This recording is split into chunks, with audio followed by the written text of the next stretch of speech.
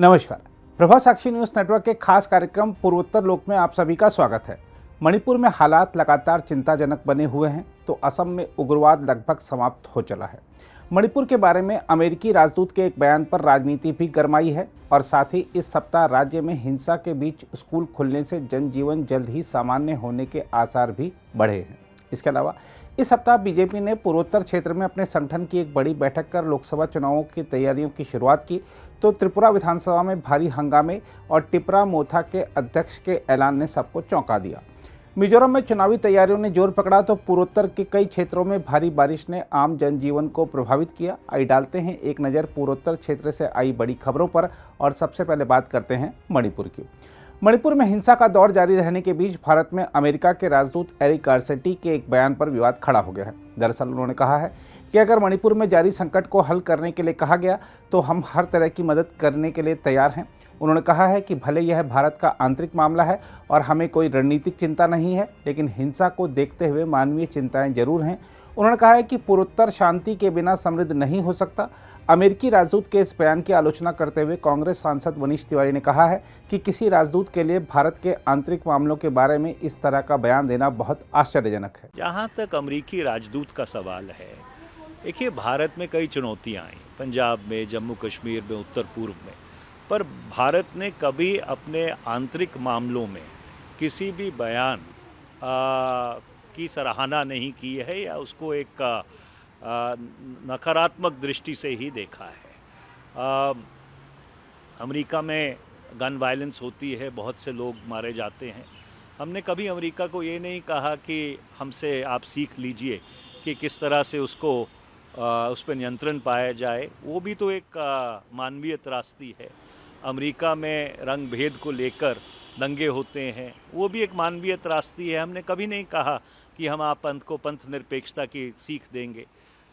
मुझे याद है कि 1990 के दशक में जब श्रीमती रॉबिन राफल बहुत जम्मू कश्मीर के ऊपर उग्र रहती थी, तो जो अमेरिकी राजदूत रहे 2-3 राजदूत जो रहे यहाँ पे वो बहुत ही संयम से अपने बयान देते थे, बहुत ही एक नपे तुल्य शब्दों का इस्तेमाल करते थे। तो शायद जो नए अमेरिकी राजदूत आए हैं, जो भारत अमेरिका रिश्तों का इतिहास रहा है, उसको उनको संज्ञान में लेना जरूरी है। वहीं मणिपुर के हालात की बात करें तो वहां हिंसा का दौर जारी है। शुक्रवार को बिष्णुपुर जिले में अज्ञात व्यक्ति ने एक किशोर की गोली मारकर हत्या कर दी। घटना से गुस्साए लोग, जिनमें अधिकतर महिलाएं शामिल हैं, मोइरांग में सड़कों पर उतर आए।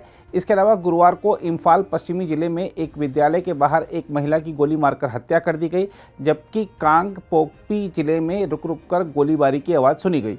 अभी एक दिन पहले ही राज्य में 1ली से 8वीं तक की कक्षाएं शुरू हुई थी, जो 2 महीने से हिंसा के कारण बंद थीं। अधिकारियों ने बताया कि महिला विद्यालय के पास किसी कार्य के लिए गई थी, लेकिन विद्यालय से उसका कोई लेना देना नहीं था। इसके अलावा मणिपुर में जातीय हिंसा के कारण 2 महीने के बाद बुधवार को 1ली से 8वीं तक की कक्षाओं के 4521 विद्यार्थी स्कूल पहुंचे। हम आपको बता दें कि राज्य में जातीय हिंसा के कारण जो विद्यार्थी विस्थापन के शिकार हुए हैं, उन्हें नज़दीकी विद्यालय में निःशुल्क दाखिले की अनुमति दी गई है। साथ ही 9वीं से 12वीं तक के उन विद्यार्थियों के लिए विद्यालय बदलने के नियमों में ढील दी गई है जो हिंसा से प्रभावित हुए हैं।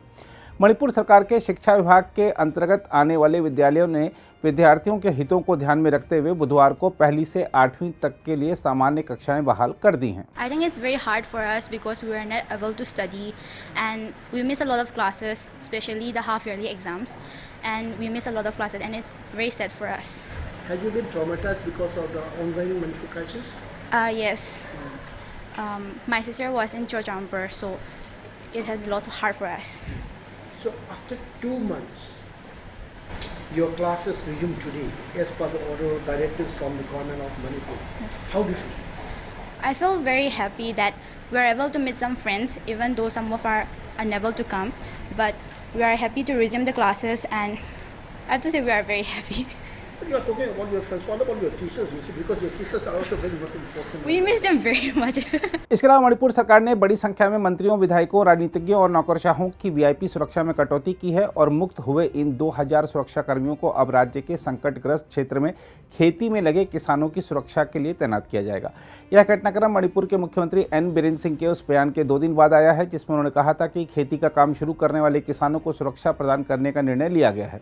असम से आई खबरों की बात करें तो आपको बता दें कि केंद्र और असम सरकार के साथ शांति समझौते पर हस्ताक्षर करने वाले 8 आदिवासी विद्रोही संगठनों के कुल 1182 सदस्यों ने गुरुवार को औपचारिक रूप से मुख्यमंत्री हेमंत बिस्वा शर्मा के समक्ष अपने हथियार सौंप दिए। 3 अलग हुए गुटों सहित संगठनों के प्रतिनिधियों ने गृह विभाग द्वारा आयोजित एक समारोह में अपने हथियार जमा कराए। सदस्यों ने 304 हथियार और 1460 राउंड कारतूस सौंपे। मुख्यमंत्री ने संगठनों को संबोधित करते हुए कहा कि अब वह सभी हिंसा का रास्ता छोड़कर प्रधानमंत्री नरेंद्र मोदी के शांति और प्रगति के मिशन में शामिल हो गए हैं। इससे राज्य के आदिवासी इलाकों में उग्रवाद समाप्त हो गया है। उन्होंने कहा कि संगठनों के सदस्यों के पुनर्वास के लिए कई उपाय किए गए हैं। हथियार डालने वाले सभी 1182 सदस्यों को सावधि जमा के रूप में 4 लाख रुपए दिए जाएंगे और अगले 3 वर्षों के लिए उन्हें प्रतिमाह 6,000 रुपये का भुगतान किया जाएगा। इसके अलावा शांति समझौते के तहत केंद्र और राज्य सरकार दोनों आदिवासी समुदाय के विकास के लिए 500 करोड़ रुपए प्रदान करेंगी। हथियार जमा कराने वाले संगठनों में all Adivasi national liberation army, Birsa commando force, Santhal tiger force, Adivasi cobra militant of Assam और आदिवासी पीपुल्स आर्मी शामिल हैं। इसके अलावा असम के मुख्यमंत्री हेमंत बिस्वा शर्मा ने गुरुवार को उल्फा स्वतंत्र के प्रमुख परेश बरुआ से शांति वार्ता के लिए आगे आने की अपील दोहराते हुए कहा कि अब तक ऐसा नहीं करने वाला यह एकमात्र उग्रवादी संगठन है। शर्मा ने कहा कि उन्हें यकीन है कि उल्फा शांति वार्ता के लिए शीघ्र ही कदम उठाएगा। मुख्यमंत्री ने 8 आदिवासी उग्रवादी संगठनों द्वारा हथियार सौंपने के समारोह में अपने संबोधन में कहा, उल्फा आई को छोड़कर सभी उग्रवादी संगठन शांति वार्ता के लिए आगे आए हैं तथा उन्होंने विभिन्न विवादों का निपटान किया है। इसके अलावा भारतीय जनता पार्टी के पूर्वी और पूर्वोत्तर भारत के 12 राज्यों के वरिष्ठ नेताओं ने 2024 के आगामी लोकसभा चुनाव के संबंध में रणनीति बनाने के लिए गुरुवार को एक बैठक की। बैठक में बीजेपी के राष्ट्रीय महासचिव BL संतोष, केंद्रीय मंत्री सर्बानंद सोनोवाल, असम के मुख्यमंत्री हेमंत बिस्वा शर्मा, त्रिपुरा के मुख्यमंत्री माणिक साहा, पार्टी के सांसदों तथा विधायकों और राज्य इकाई के अध्यक्ष सहित अन्य लोगों ने हिस्सा लिया। बीजेपी की असम इकाई के अध्यक्ष भावेश कालिता ने बताया कि दिन भर चलने इस बैठक में जिन प्रमुख मुद्दों पर चर्चा हुई उनमें संगठन को मजबूत करना और चुनावी रणनीति शामिल हैं। इसके अलावा उपराष्ट्रपति जगदीप धनखड़ ने कहा है कि संविधान निर्माताओं की परिकल्पना के अनुरूप समान नागरिक संहिता को लागू करने का समय आ गया है। उन्होंने कहा कि संविधान के अनुच्छेद 44 में स्पष्ट रूप से कहा गया है कि राष्ट्र देश भर में अपने नागरिकों के लिए UCC लागू करने का प्रयास करेगा। धनखड़ ने कहा यह संविधान के निर्माताओं की सोच थी, इसे लागू करने का समय आ गया है, इसे लटकाने या और विलंब करने का कोई औचित्य नहीं हो सकता। उपराष्ट्रपति भारतीय प्रौद्योगिकी संस्थान गुवाहाटी के 25वें दीक्षांत समारोह को संबोधित कर रहे थे। इसके अलावा उपराष्ट्रपति जगदीप धनखड़ और उनकी पत्नी सुदेश धनखड़ ने प्रसिद्ध कामाख्या मंदिर में पूजा अर्चना भी की। इसके अलावा असम में मानसूनी बारिश के चलते उपजे बाढ़ जैसे हालात से महंगाई बढ़ गई है, जिससे लोगों को परेशानी का सामना करना पड़ रहा है। जिस हिसाब से महंगाई बढ़ रहा है, सब्जी साग सब्जी का साधारण आदमी चलना बहुत मुश्किल है। मान लीजिए 500 रुपया का अगर कोई हाजिरा करे, उसका घर में 2-3 आदमी खाने वाला है तो वो तो चलना बहुत मुश्किल हो जाता है। अगर मान लीजिए 1 किलो बिलाही का अगर 120 रुपया या 130 रुपया लगे तो 1 पुआ लेने में भी 60 रुपया लग जाता है। तो साधारण आदमी चलेगा कैसे? उन लोगों के बारे में सरकार को सोचना चाहिए। और किस वजह से बढ़ रहा है आपके हिसाब से? बढ़ाई तो देखिए, महंगाई तो हमेशा ही बढ़ता है, ऐसी बात नहीं। ऐसा है कोई भी सरकार आए महंगाई बढ़ता ही है, वो बात हम नहीं बोलते। लेकिन अभी का महंगाई इस हिसाब से हो रहा है कि बहुत सा खेत मारा गया है पानी का वजह से, बारिश का पानी का वजह से। हम गांव में गए थे, वो सब जगह में देखे भिंडी हुआ, लसरा हुआ, बहुत सा सामान खेत में सूख गया है, लेकिन वो उठाने लायक नहीं है। तो उसी वजह से मेरा ख्याल से महंगाई थोड़ा सा बढ़ेगा, ये बात नहीं है। लेकिन इतना महंगाई हो जाने से साधारण आदमी को चलना बहुत मुश्किल हो जाता है। और सप्लाई डिपार्टमेंट को कुछ बोलना चाहेंगे सरकार को? सप्लाई सरकार के बारे में हम क्या बोलेंगे? अब सरकार अगर उस चीज़ के बारे में ध्यान दे तो हो सकता है महंगाई में थोड़ा काबू पाया जाएगा और साधारण आदमी खुशहाल से चल नहीं सकेगा। ये इसमें पहला बात है कि गवर्नमेंट का कोई कंट्रोल नहीं है कहाँ की, क्योंकि जहाँ प्रोडक्शन हो रहा है वहाँ तो किसी को अच्छा रेट नहीं मिल रहा है। बीच में जो दलाल लोग हैं वो लोग ज़्यादा खा रहे हैं और इसमें गवर्नमेंट का कोई रोल ही नहीं है। इसके लिए वजह से सबको परेशान होना पड़ रहा है। काफ़ी बढ़ गया है। हम लोग जनरल पीपल, कॉमन आदमी के लिए बहुत ही मुश्किल हो रहा है। अभी आपका साग सब्जी जो है वो 80-90 रुपये किलो पर किलो से नीचे मिलता ही नहीं है। तो काफ़ी एक्सपेंसिव हो गया है, सस्टेन करने के लिए थोड़ा डिफिकल्ट हो गया है। त्रिपुरा से आई खबरों की बात करें तो आपको बता दें कि राज्य विधानसभा की कार्यवाही में बाधा डालने को लेकर शुक्रवार को 5 विधायकों को निलंबित कर दिया गया, जिसके विरोध में विपक्षी दलों ने सदन से बहिर्गमन किया। एक अधिकारी ने बताया कि विधानसभा अध्यक्ष विश्वबंधु सेन ने सदन में व्यवधान पैदा करने पर मार्क्सवादी कम्युनिस्ट पार्टी के विधायक नयन सरकार, कांग्रेस के सुदीप रॉय बर्मन और टिपरा मोथा के 3 विधायकों को दिन भर के लिए निलंबित कर दिया। टिपरा मोथा के निलंबित विधायकों में विश्व केतु देववर्मा, नंदिता रियांग और रंजीत देववर्मा शामिल हैं। विधानसभा के अध्यक्ष के इस फैसले के विरोध में विपक्षी सदस्यों ने सदन से बहिर्गमन किया। इसके अलावा टिपरा मोथा के अध्यक्ष प्रद्योत देववर्मा ने कहा है कि वह त्रिपुरा के मूल निवासियों के लिए कुछ करने के बाद राजनीति छोड़ देंगे। फेसबुक पर एक लाइव सत्र में समर्थकों से बात करते हुए देववर्मा ने कहा कि टिपरा मोथा में केवल उन्हीं नेताओं को प्राथमिकता दी जाएगी जो पार्टी के बजाय समुदाय का ख्याल रखेंगे। मेरे जन्मदिन में मैं आप सबको एक बात बोलना चाहता हूँ, मैं पॉलिटिक्स और नहीं करना चाहता, अपने लोगों को कुछ देना चाहता हूँ। और मैंने डिसाइड भी कर दिया है कि अपने लोगों को कुछ देकर ही मैं ज़िंदगी में और राजनीति से भी और पब्लिक लाइफ से भी हटना चाहता हूँ, लेकिन अपने लोगों को कुछ देना है। MP बनने से कुछ नहीं मिलेगा, EM बनने से कुछ नहीं मिलेगा, मंत्री बनने से कुछ नहीं मिलेगा, अगला नया पार्टी खोलने से भी कुछ नहीं मिलेगा।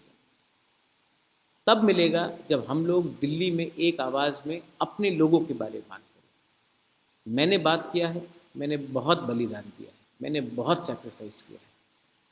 मैं जानता हूँ कि हमारा तिपरासा सोसाइटी में सबसे बड़ा प्रॉब्लम जेलसी का है, ईगो का है। एक दूसरे से हम लोग जलते हैं, एक दूसरे को के सक्सेस से हम लोग जलते हैं, एक दूसरे को हम देख नहीं पाते हैं। आज इसी के लिए हमारा ये कंडीशन है।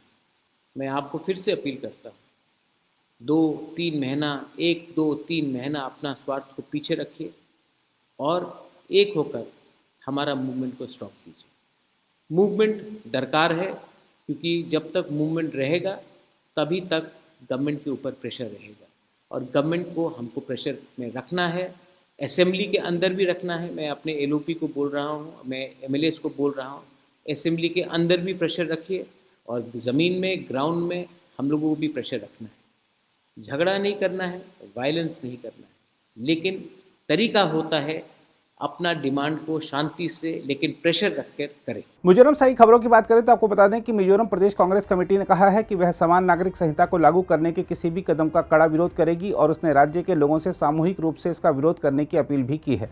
इससे पहले सत्तारूढ़ मिजो नेशनल फ्रंट यानी MNF और राज्य के प्रमुख गिरजाघरों के नेताओं के समूह MKHC ने देश में UCC के कार्यान्वयन पर आपत्ति जताते हुए भारत के विधि आयोग को एक पत्र भी लिखा है। इसके अलावा कांग्रेस अध्यक्ष मल्लिकार्जुन खड़गे और पूर्व अध्यक्ष राहुल गांधी ने मिजोरम के पार्टी नेताओं के साथ इस सप्ताह एक बैठक की, जिसमें संगठन और चुनाव तैयारियों को लेकर चर्चा की गई। मिजोरम में इस साल के आखिर में विधानसभा चुनाव होना है। बैठक में कांग्रेस के संगठन महासचिव KC वेणुगोपाल, पार्टी के प्रदेश प्रभारी भक्त चरण दास, प्रदेश कांग्रेस कमेटी के अध्यक्ष लाल सोता और कुछ अन्य नेता मौजूद थे।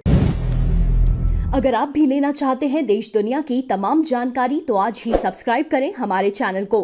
साथ ही नीचे दिए बेल आइकन को जरूर दबाएं ताकि हर अपडेट आप तक पहुंच सके।